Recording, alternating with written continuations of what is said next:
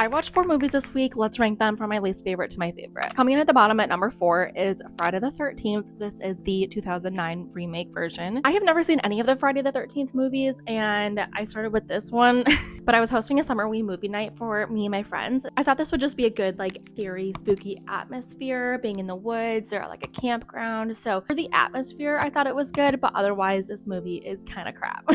At number 3 is Masters of the Universe. Did I watch this just to see Nick Galitzine? Maybe, maybe not, but definitely yes. This wasn't a movie that I was originally planning on seeing, but when I watched it, I had a fabulous time. I thought it was entertaining and fun. I think it overstayed its welcome just a bit too long, but I thought it was a fun time and the music was also really good. At number 2 is Disclosure Day. This was my first ever Steven Spielberg movie in a movie theater, so that was fun to experience. I think this movie is quite split on how the reviews are coming out, whether people like it or not. I definitely understand the qualms that people are having with the movie, but I really enjoyed it. I did find it to be a bit confusing at first, and I think the CGI animals are quite bad, but the way that it builds up to the last 30 minutes in that final act is incredible. I loved the last 30 minutes of this movie so much. I was in tears. I loved Emily Blunt's performance. I thought it was so emotional and her best that I've ever seen. My favorite movie that I watched this week is The Imitation Game. I had no idea that any of this happened. I'm not gonna lie. I am not too well versed in British history, and I found this to be super, super fascinating, and now I want to watch more World War II films. Although this really isn't like a war film, it's more behind the scenes. But I thought this was very fascinating and also very heartbreaking. Benedict Cumberbatch does a amazing performance in this, as well as Keira Knightley. I thought she did great as well. That was my weekend movies. Let me know if you've seen any of these and your thoughts.